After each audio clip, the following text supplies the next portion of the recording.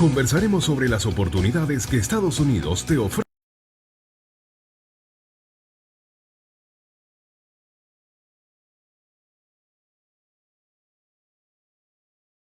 como inmigrante. Y esto es Hispanic Connection. Hispanic Connection. Infórmate, actúa y triunfarás. Bienvenidos a otro episodio de Hispanic Connection, un podcast hecho por inmigrantes, para inmigrantes, porque le queremos ver triunfar. Por eso recuerde que nuestro eslogan es Infórmate, actúa y triunfarás. Hoy traemos un episodio muy importante para todos esos inmigrantes que tienen sueños de triunfos en este país y que quieren tener su propia empresa. Pero antes les invitamos a seguirnos en nuestras redes sociales, darles like y compartir. Asimismo, deje sus comentarios y escríbanos en la dirección info@hispanic-connection.com. Recuerde que también estamos en todas las plataformas de podcast. Tener tu propia empresa es uno de los sueños que muchos inmigrantes tienen al llegar a los Estados Unidos, porque este país también otorga las oportunidades y tiene el clima de negocio para que una persona pueda desarrollar su empresa en cualquiera que sea la industria de lo que su experiencia, talento o pasión quiera emprender. En este episodio de Hispanic Connection te vamos a dar las pautas para realizar el registro de tu empresa y así puedas empezar con el pie derecho este capítulo de tu vida en el que tu objetivo es ser emprendedor y empresario exitoso. Para ello tenemos a nuestra especialista, la abogada Noelia Ramos, experta en inmigración, bienes raíces y asesoría corporativa. Le damos la bienvenida. Muchas gracias, Samantha. Abogada, qué importante este tema que vamos a abordar porque verdaderamente es el sueño de muchos inmigrantes. ¿Cuál es el primer paso que tenemos que seguir para realizar el registro de nuestra empresa? Ok, como primer paso y que causa de hecho mucha ilusión al cliente es cuando le digo necesito por lo menos 3 opciones de nombre. ¿Por qué? Porque recordemos que el nombre es crucial, no solamente por el efecto que va a causar a la audiencia a lo que usted va ya sea a proveer un servicio o a vender un producto, sino también que haya una correlación con lo que usted debe de verse a muchos años más adelante, creando una empresa, registrando una marca, por ejemplo. Es decir, que es muy importante. Ese es uno de los primeros pasos que hay que dar.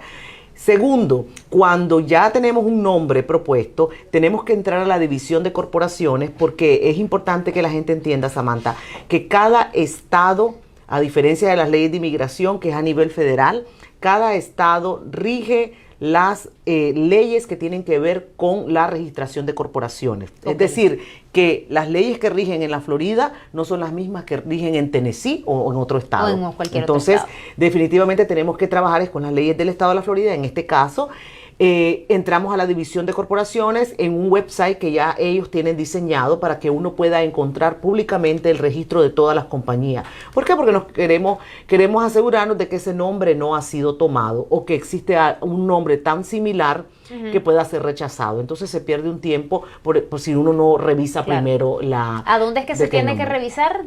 Es conocido como Zombies. Podemos después proveérselo al cliente. Es conocido como Zombies, que es un website del estado. Okay. Donde uno puede entrar es para efectos públicos, es ni más ni menos como funcionaría un registro físico, pero en este caso digital, ¿no? De manera que usted ahí puede encontrar corporaciones registradas, desde cuándo están registradas, las direcciones, quiénes son los directores o los que representan a la compañía, los documentos, hasta cierto punto los documentos que rigen a esa compañía. Y también podemos saber, como decía al inicio, que si los nombres están tomados o no están tomados, ¿ok? Entonces es como un primer paso. Si el nombre está disponible, entonces sí procedemos a lo que es la preparación de los documentos corporativos. Los documentos corporativos, los básicos, vamos a decir realmente, va a comprender lo que son los artículos de organización. Es decir, cuando ya un socio o 2 socios o 3 socios se sientan, hay que crear las directrices. ¿Bajo qué directrices se va a manejar esta corporación? ¿Quién va a hacer este rol? ¿Qué funciones tienen permitido o qué funciones son restringidas? por ejemplo, cuál es el propósito de la corporación, y también en el caso de que exista una disolución, pues cómo se va a disolver, sea que el otro le va a comprar las acciones al otro, sea que el otro las quiere asignar, es decir, se ponen todas las reglas del juego. ¿Hay un mínimo de personas que tienen que ser partes de esta corporación para poder fundarla? Bueno, tiene que haber una persona por lo menos, en todo caso. Y son permitidos sin ningún problema. Puede haber una persona nada más en una corporación. Ok, pues porque en algunos de nuestros países sí tienen que ser más de una persona. No, aquí puede ser una sola persona en una corporación. ¿Y es necesario que esta persona que ha decidido fundar su empresa tenga un estatus legal en este país, o puede ser una persona que está en proceso o bien que es indocumentado? No tiene que tener ningún tipo de estatus. De hecho, es permitido que muchos extranjeros que ni siquiera viven aquí pueden perfectamente registrar una corporación en el estado de la Florida. El cambio donde radica, o la importancia donde va a radicar el buscar información, va a ser en la parte de los impuestos, porque nunca una persona que reside acá va a pagar lo mismo en impuestos que una persona que es extranjera. Claro. Y en el caso de los indocumentados, abogada, ¿cómo queda ese tema? Porque tienen que presentar documentos. Por eso no hay estatus, no hay estatus, no lo requiere el Estado en las leyes como un requerimiento. Pero obviamente, ¿verdad? Esta persona, aunque no tenga estatus legal, va a tener que pagar impuestos por esta empresa, obviamente. Y se puede, y te explico por qué. Porque el documento conocido como el Social Security, que lo otorga para poder hacer el pago de impuestos, no es el único documento que se puede utilizar para declaración de impuestos. Existe el Tax ID. Y el Tax ID se puede solicitar aún siendo un indocumentado. Que es el ITIN, conocido como el ITIN. Y por supuesto, a propósito, tenemos un episodio donde se explica en detalle qué es el ITIN. Le vamos a dejar el enlace en la descripción para que, si usted quiere saber más sobre el ITIN, pues vaya a visitar este episodio. Abogada, hablando precisamente de las personas que no tienen un estatus legal y que forman su empresa, una vez que lo hacen, saliéndonos un poco del tema de la empresa y hablando un poco siempre de inmigración, ¿esto puede ser en beneficio de su proceso migratorio, tener una empresa en el que está pagando impuestos, o es indistinto? Depende, porque recordemos que en inmigración va a estar de acuerdo a la categoría sobre la cual está aplicando a un estatus legal. Entonces, si habláramos de gente que quiere aplicar a un paro de remoción del país o deportación, por ejemplo, existe una ley que pide probar que has estado 10 años en este país. Obviamente, el tú haber registrado una empresa hace 10 años se convierte en una evidencia para un caso así. Que tú hayas declarado los impuestos de esa empresa también se convierte en evidencia. Entonces, sí, nosotros podemos utilizarlo si es de acuerdo a lo que se necesita como evidencia en algo, pero no necesariamente tiene que funcionar. Ok, entrando nuevamente, profundizando en el tema de la empresa, ¿cuáles son los costos? Muchas personas podrían pensar que los costos son altos. Sí, la realidad es que el costo de registro para lo que es la tarifa del Estado es completamente accesible. Estamos hablando de que van desde $85 a $125, ¿ok? Sin embargo, donde hay una generación de costos más altos es en la estructuración que viene por profesionales, como por ejemplo, ya sean los abogados o los contadores. ¿Por qué? Porque nosotros podemos hacer una estructuración básica y puede costarte $800, $1,000. Pero, por ejemplo, tenemos clientes donde a un nivel muchísimo mayor, a una escala mayor, donde pueden haber fácilmente 7 socios, donde tenemos que tener juntas, va a acumular horas de trabajo y obviamente pues no va a ser el mismo costo que va a tener. Ahora, ¿qué pasa con aquellas empresas que se registran, no obtienen dividendos, no obtienen ganancias en los primeros meses, en los primeros años, o quizás la persona la dueña de esta empresa deja por un momento, ¿verdad?, ese proyecto, y mientras tanto continúa quizás con su trabajo? ¿Tiene que pagar algún tipo de impuestos o hacer algún tipo de trámite posterior a su lo correcto registro? es dejarle saber al IRS que tú no tuviste una actividad, porque no hay manera que ellos lo sepan si no es uno mismo el que se lo está notificando. Existen muchos casos donde la persona no hizo absolutamente nada, entonces el IRS puede simplemente pedirte una explicación porque está encontrando el registro de esta empresa y entonces en ese momento también se puede explicar que no existe ningún movimiento, por ejemplo, es decir, que no ha generado, ni se está vendiendo algo, ni se está cobrando nada, entonces no hay penalidad por eso. Lo que sí debe de mantener anual es un pago a la división de corporaciones, que si usted no sigue anualmente registrando esa corporación, básicamente el Estado viene y se la cierra. Exacto, esa era mi siguiente pregunta. O sea, si pasan los años y no hay actividad en esa empresa, lo lógico es que uno la cierre o se puede quedar ahí permanentemente. Le llamamos disolución administrativa cuando es el Estado el que directamente viene, claro, manda avisos obviamente primero, diciendo usted no ha pagado la tarifa anual para mantenerla activa.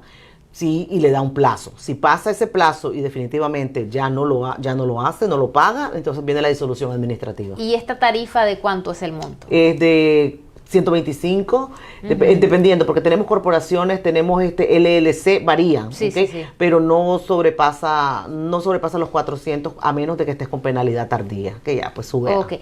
Sin embargo, estos trámites que nos está diciendo, ¿es el mismo procedimiento para corporaciones que para LLC? Todo lo que he hablado hasta el momento aplica por igual. La única diferencia en cuanto a qué tipo de corporación va a haber, normalmente va a ser por los impuestos. Es donde realmente se toma en consideración. Porque, por ejemplo, una corporación, existe la subcategoría corporación S, que es para pequeñas compañías.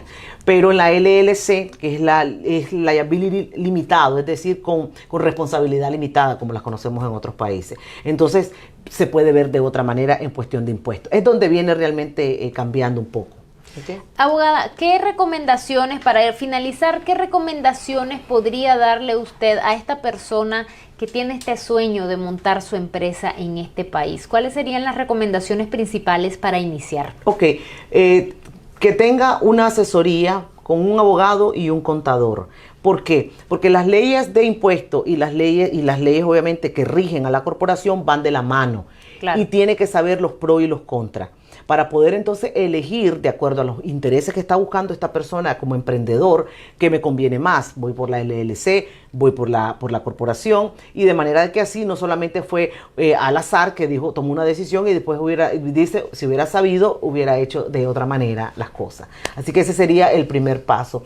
Segundo es ir pensando en un nombre, como le dije, porque parece cosa fácil, pero muchas veces no es tan fácil escoger ese nombre.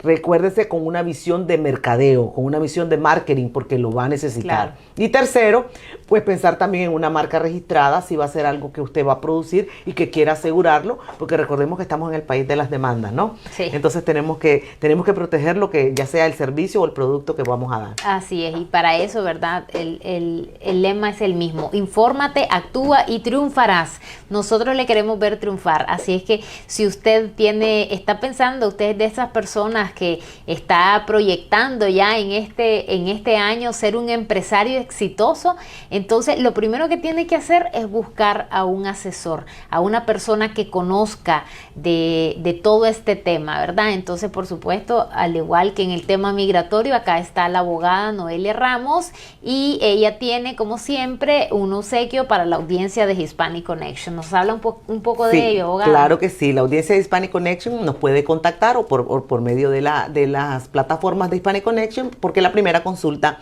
es gratis. Así que no tiene excusa de que no puede estar asesorado correctamente. No desaproveche esta oportunidad. La primera consulta con la experta, con la abogada Noelia Ramos, no tiene costo. Puede solicitar su cita a través de nuestras redes sociales, de las redes sociales de Hispanic Connection, o bien a través de nuestro correo info@hispanic-connection.com. Aprovechamos para recordarles antes de irnos que nos sigan en nuestras redes sociales. Estamos en todas las redes sociales. Comparta, dele like, déjenos saber sus comentarios, qué le parece la temática que que abordamos en este podcast. Recuerden que es una plataforma hecha para ustedes, hecha de inmigrantes para inmigrantes. También estamos en todas las plataformas de podcast y también nos puede encontrar en nuestra página web hispanic-connection.com.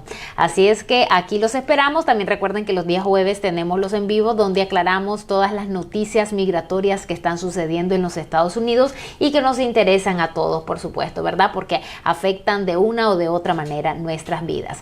Abogada, muchas gracias por haber estado con nosotros y a nuestra audiencia también muchas gracias por estar en otro episodio más. Y recuerden siempre, infórmate, actúa y triunfarás. Sea fuerte y valiente.